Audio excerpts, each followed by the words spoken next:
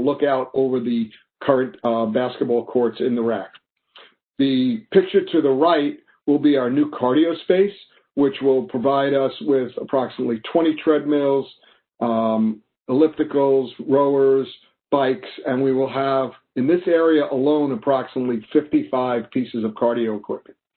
If you look here at this picture here at the top left, we will have a multi-purpose room that can be used as a classroom. It could be used as a presentation space. It can be used as a meeting room. It can also be used as a space, again, for students maybe to practice dance or clubs to meet, because the tables and the chairs move out, and the floor that is located in this and another room, which are both approximately 750 square feet, has a floor that is very much conducive to athletic activities. Our pool locker rooms will be completely renovated, which will be a plus for everyone that uses not only the pool, but the building as a whole. And then if you look here at the top picture, this will be the renovation to the 3-court basketball gym that is currently being used for phys ed classes, intramurals, basketball, soccer, badminton, volleyball, a variety of activities, and even non-athletic activities. You know, when we do Friday night at the RAC and other programs for the students which are not athletic-based, this is where that usually happens. And you can also see here on that second level, that is the new fitness studio that will really enhance our programming. The track on the arena side, which is a 1/10 of a mile track, will be completely renovated with a brand new Mondo flooring, which is probably the best state-of-the-art flooring. And then you kind of see some glass areas in the back that I'll talk about in a minute. But if you look to the right picture, that will be our new weight room, and it's just a rendering.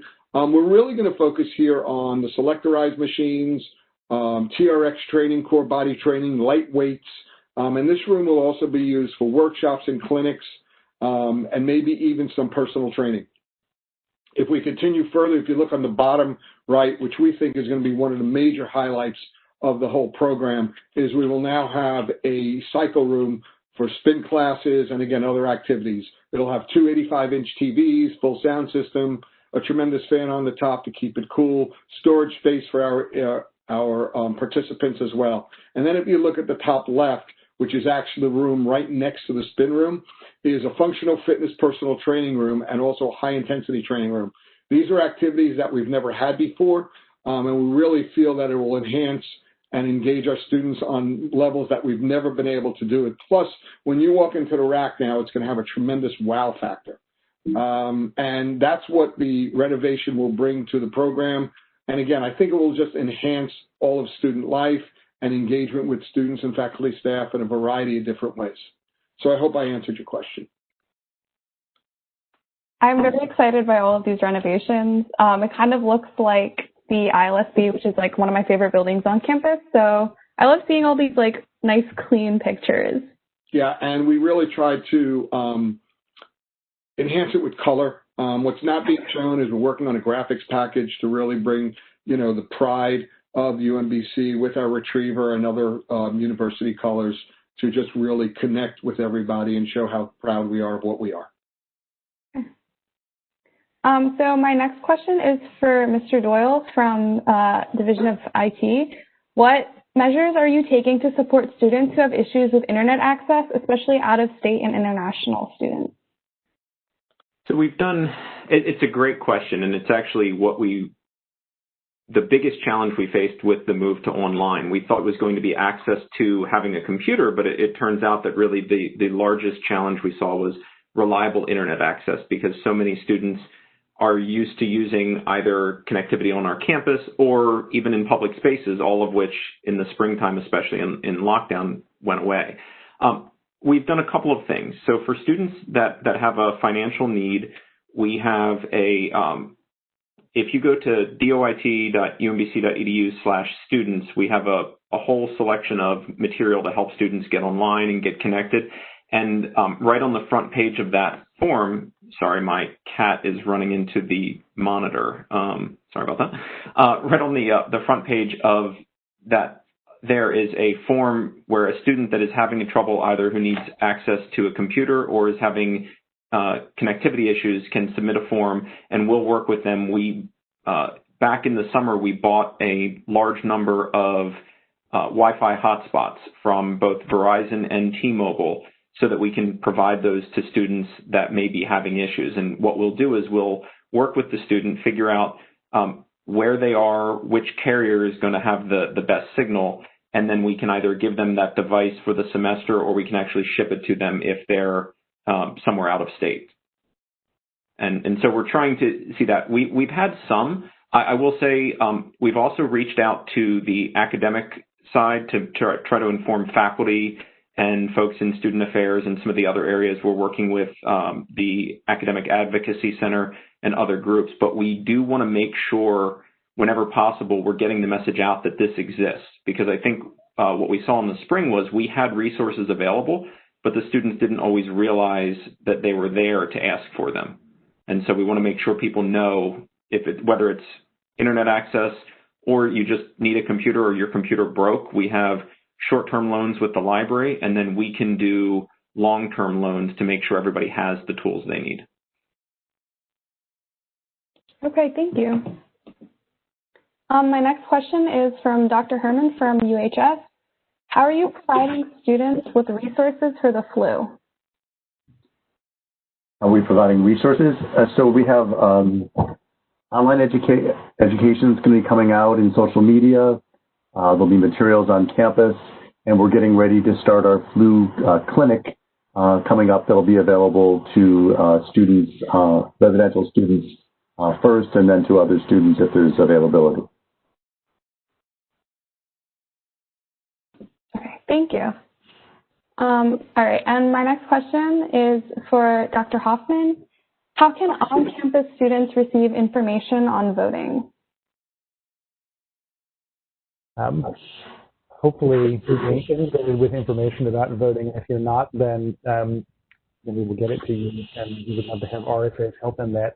So we're running a campus-wide campaign encouraging students and really faculty and staff as well to cast your whole vote, meaning register, make a plan, vote on election day, but also get connected with other members of the community, watch the debates together, talk about the issues, talk about the things that are affecting you so that after the election, we're still together as a community. I'm actually going to share a couple of resources with you. Okay.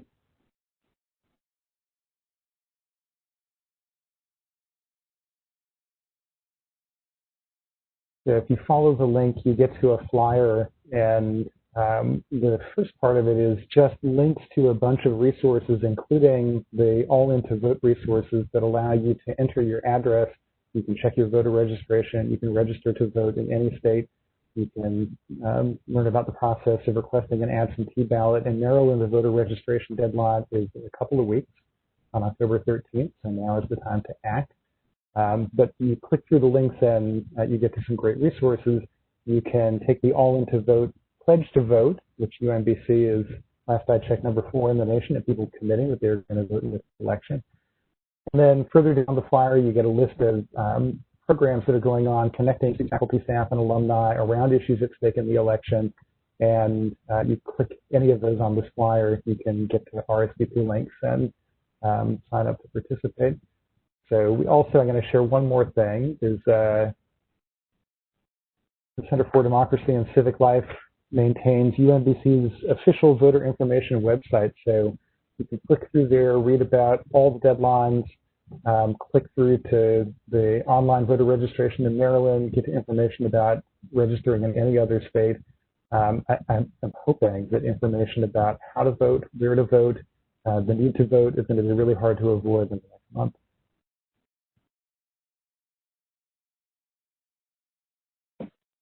Thank you for all that information. I know voting is especially like a very important topic to talk about right now, so I appreciate that. Okay.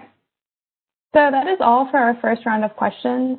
Now, if any of our attendees have questions, you can use the Q&A option to ask a question, and we will direct that to the panelists.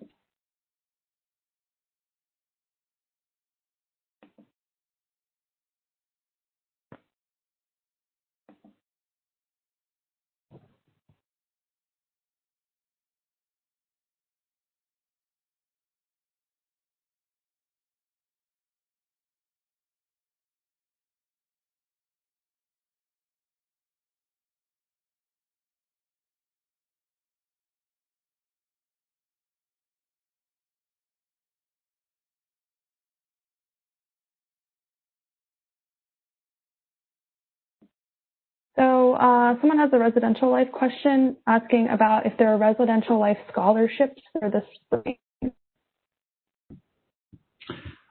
Sure, yeah. So for those who don't know, we do have scholarships that we offer for students who demonstrate financial need, and there's a process where those students will apply for them and interview. Yes, we are continuing to offer those scholarships for spring. Typically, those would become available sometime this coming month of October. And so you can watch our news feed and our website for information about those. If you go on our website now, you will see a section on scholarships now. I don't think it's the current ones, but we award them each semester.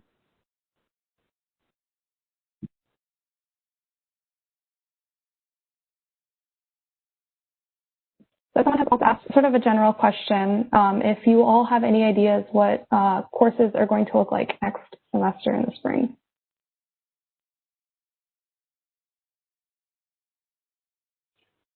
I can feel that out of the fall planning committee. We're looking at that right now. So we switched from fall planning, obviously, since we got into the fall, we're starting to talk about the spring.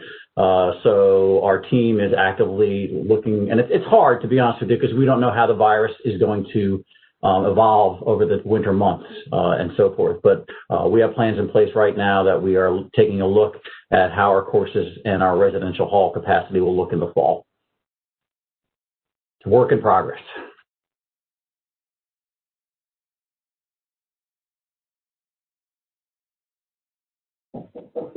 Okay, so I think that's all the questions that we have from Q&A. Oh, okay, just kidding. All right, so we have another question. So with the pandemic, a lot of students are feeling like they don't have the same opportunities they would normally have as they take on new roles. So how are UMBC's different departments making sure students get those experiences? I'll go ahead and chime in for a second at facilities. So we hire a number of student workers throughout the year. We have them working with our engineers and our design and construction staff, as well as our planners to do work. We have employees in the sign shop, the student workforce to help do moving type activities around the campus. And we also have student employees that work for our information technology person to help maintain our equipment at facilities. So we're still utilizing those employees to the best of our ability. A little bit slower because there's not as much going on at campus, but we're trying to make sure that they can still be involved and get that experience working in those areas. Yeah, I can say a little bit more. University Health Services, the health promotion is also providing that opportunity still. Our health educators are still very active, working, developing digital materials and online materials. And so that's a different experience, but still a very intentional one.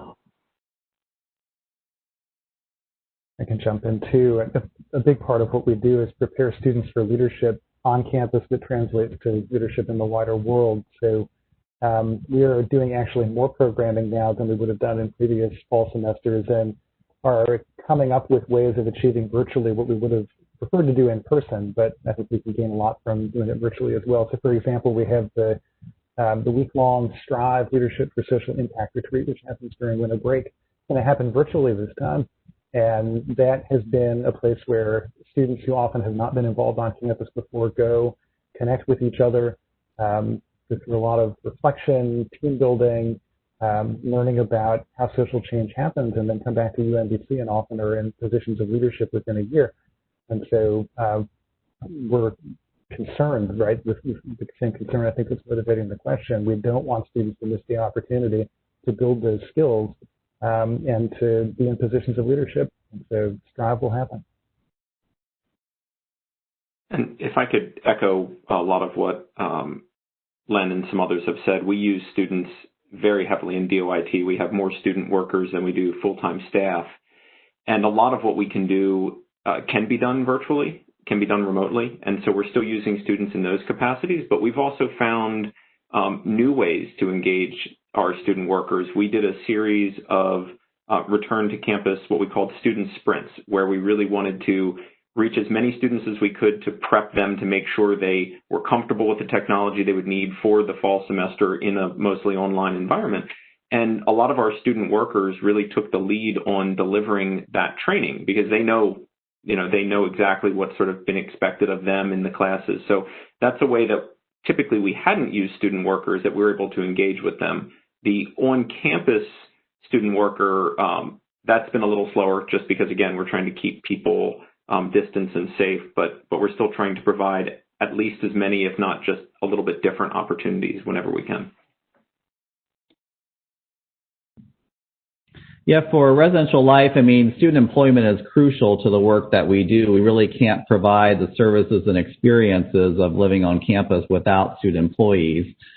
We did reduce our paraprofessional staff, which is primarily RAs, our maintenance assistants, and desk managers, overall based on density. However, we do have desk receptionists as well, and with most of our front desks still operating 24/7 in all of the areas, we have a pretty full desk staff. So central office has, with not being open, we don't have as many folks employed in the central office, but we still have probably about 160 student employees.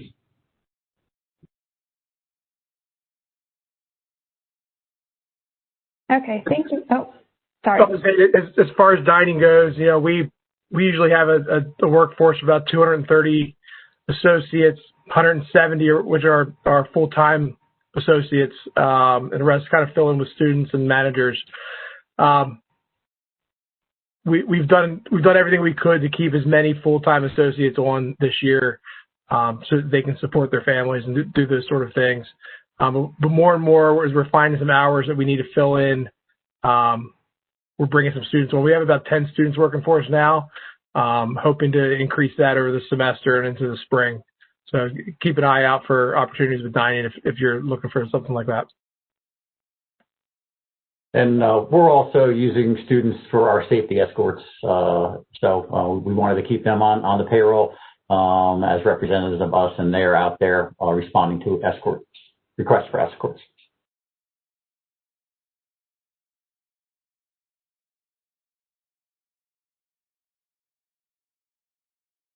Thank you for that.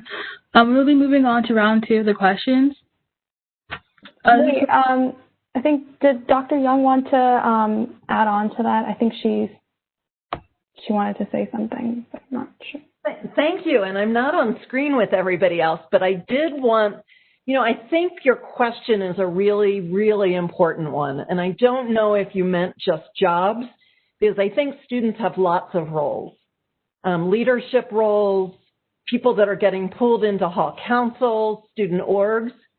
So one of the other things we put a lot of time into was making sure that Involvement Fest and other events still happened, because while only a handful of students will ever be an RA or a resident assistant, many, many students, the vast majority of our students, over 75% of students, tell us that they're involved in some activity on campus, whether that's recreation and club sports, whether that's working in OIT, whether that's becoming the vice president of a sorority or fraternity, being the chair of the mock trial, whatever those many, many things students do. And one of the, I think, huge losses in relationship that we've had is the incredible role that upper class students play in bringing new freshmen and transfers into our fold. They pass on our culture. They pass on, when I hear roles, do you open the door for somebody when you walk across campus, right? That's a uniquely Retriever thing that doesn't happen on every campus you go to. So we've also been thinking about when we're back at full occupancy, or when everybody's back, we might have to find ways not to repeat orientation, because a lot of our students will already have course material, but how do we make sure that upper class students and first-year students are connecting in ways that allow them to be brought in the fold? Because the work that we do with employment in those roles is really important, but learning how to be a student, learning how to be a retriever, all happens in the interactions with other students. And we really miss our student leaders. And I think David hit on that a little bit with Strive and other kind of things where we're bringing people in. So I know you've asked that question to us, but to all of you that asked it, I also would like to have you think about what roles you can play in pulling all of our new students into your communities of leadership, because I think that's where an incredible amount of the inclusion, the leadership learning, and all of those things happen, because it's our upper class students who are so amazing and do that work every day.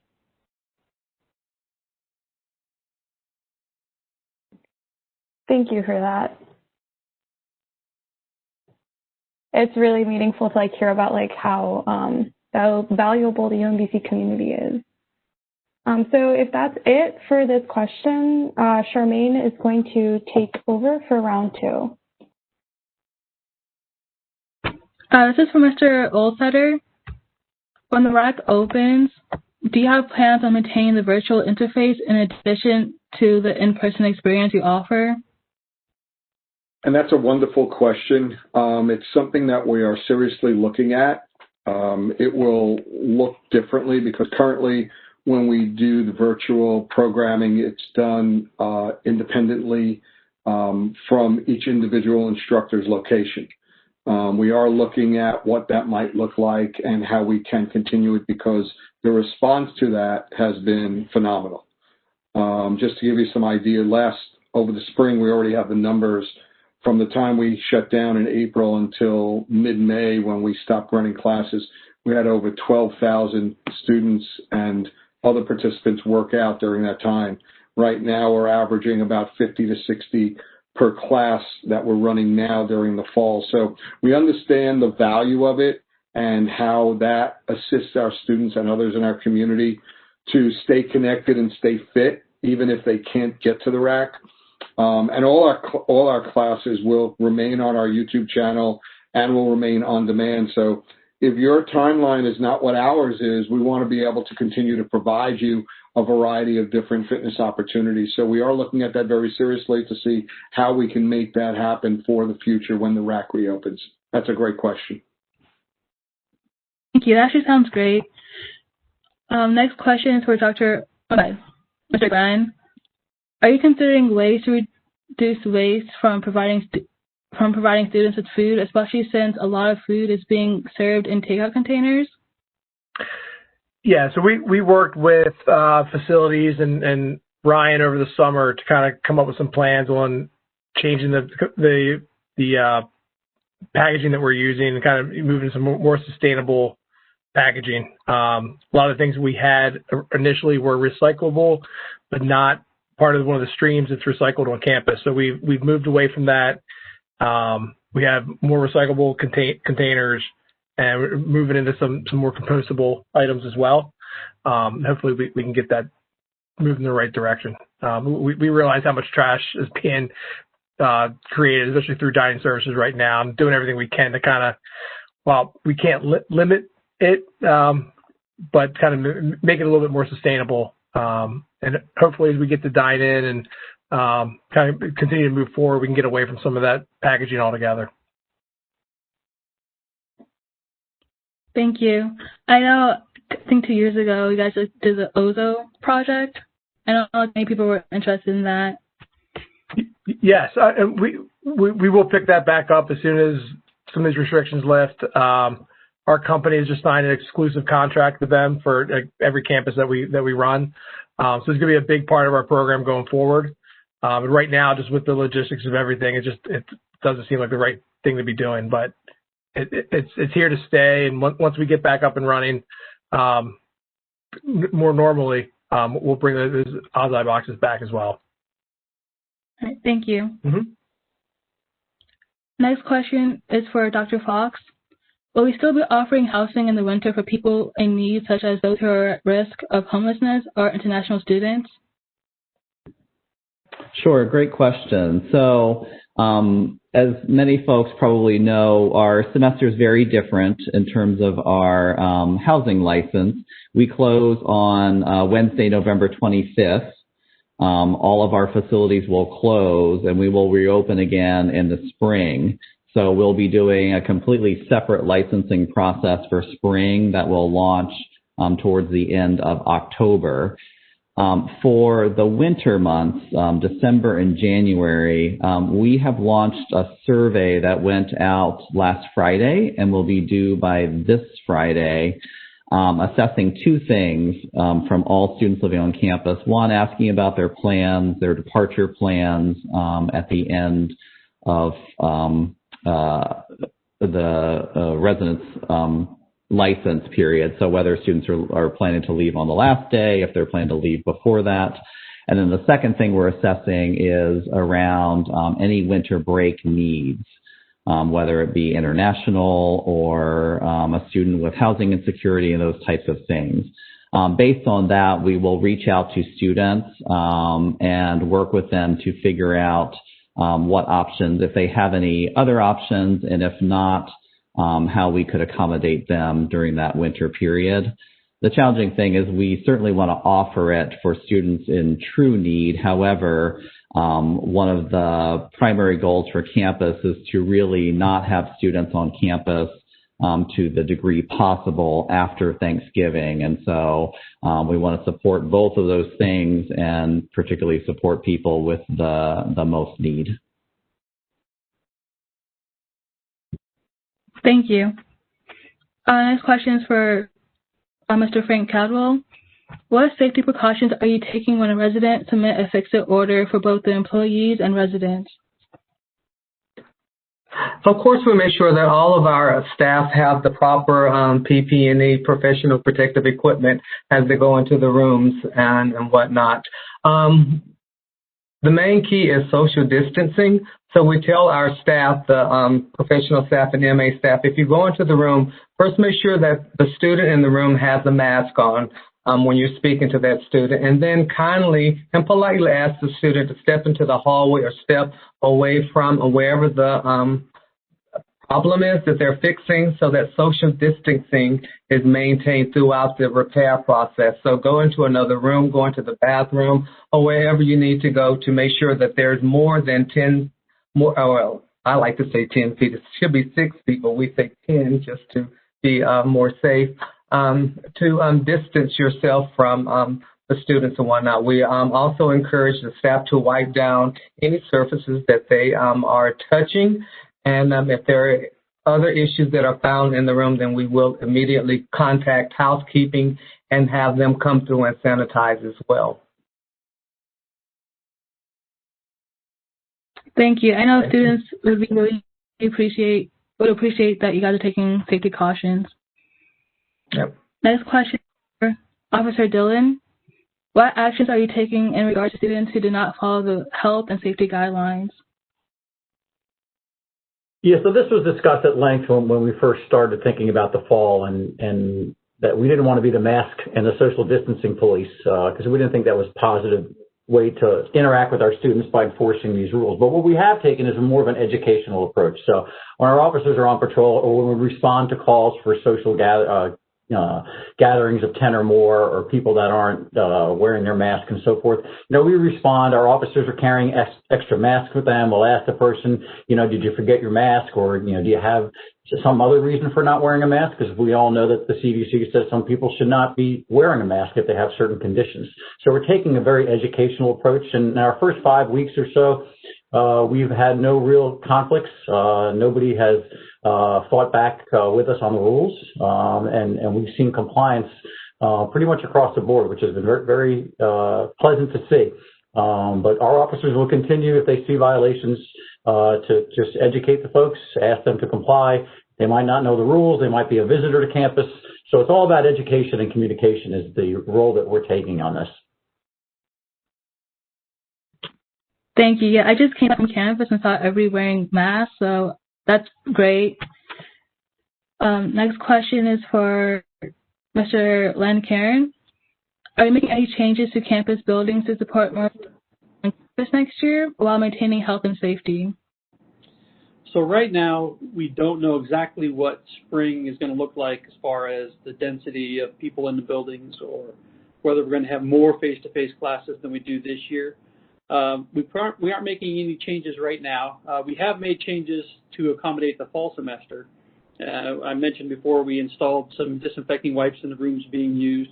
We also removed excess furniture from those rooms so that you can't overpopulate one room that's being used for face-to-face learning. And that between taking those precautions, increasing the signage in the buildings, and also doing proper disinfecting, that's the steps we've taken at this point. And as we see the spring semester develop, if it looks like we need to do something else or open more rooms or make more available for people to use, then we'll adapt to that as we learn more about what that's going to look like. Thank you. You're welcome. This is for Mr. Doyle. How are you planning on providing students in need with technology? I think I unintentionally kind of answered part of that earlier, but I put a link in the chat that takes them to a form where they can let us know that they have a need, and if it's computers, if it's internet access, we'll work with folks. We don't want anybody to not be able to complete their coursework. In addition to being able to send them sort of a hotspot or things like that, we've also put connectivity in a couple of our garages.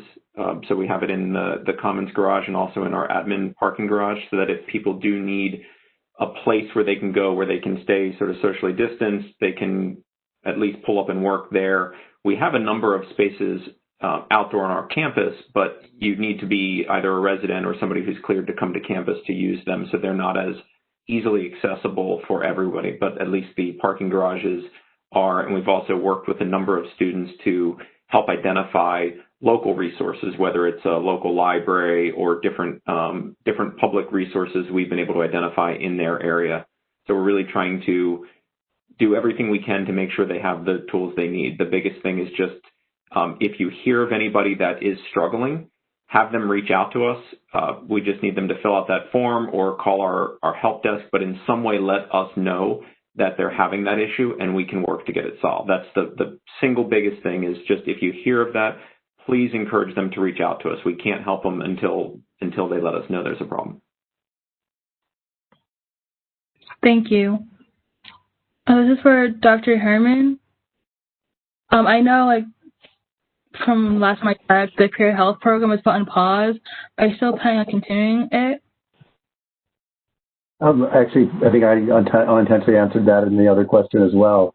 The Peer Health program is not on pause. It's still happening, and students are still active and working, doing education on campus with that program. Yeah. All right. Thank you. This is our last question. This is for Dr. Hoffman. How are you promoting the racial justice and equality and being more accessible to students on campus? I'm really glad the question got asked. But first of all, for those who don't know, the purpose of the Center for Democracy and Civic Life is to support members of the UMBC community in discovering and developing their power to shape their communities together. So when you participate in one of our programs or our workshops or courses, you learn to see things in a new way.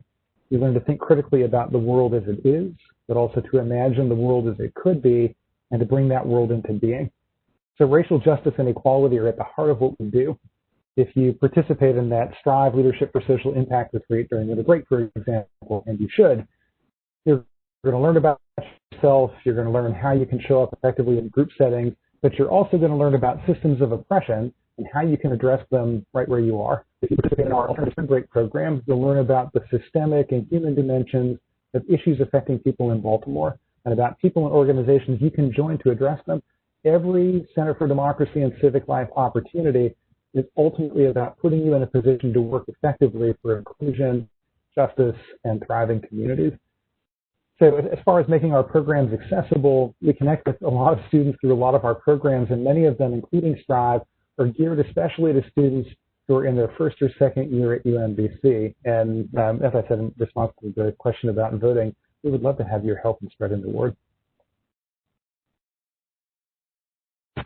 Thank you.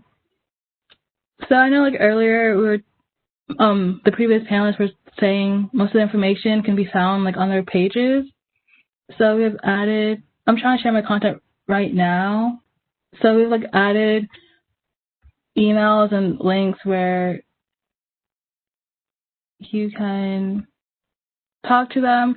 For some reason, I can't seem to share my screen, but usually you could just look up UMBC and I'll share real quick. Yeah. Sorry, what? You could share. Yes. You could share it. Hi. You could just look up UMBC and the department name, and on Google, just look up the link. You could press on it and click on Contact Us. So some of them do have department emails, and others, like for example, residential life facilities that have like fix-it orders, dining services that have give feedback on like dining places on campus. So. And I just want to thank everyone for attending, especially the panelists, Dr. Young and Dr. Lizey. Thank you all for like your input and like answering all our questions. It's really like interesting and like exciting to hear how like different parts of UMBC's community are really working during the pandemic and stuff. So thank you. Thank you. Thank you. All right.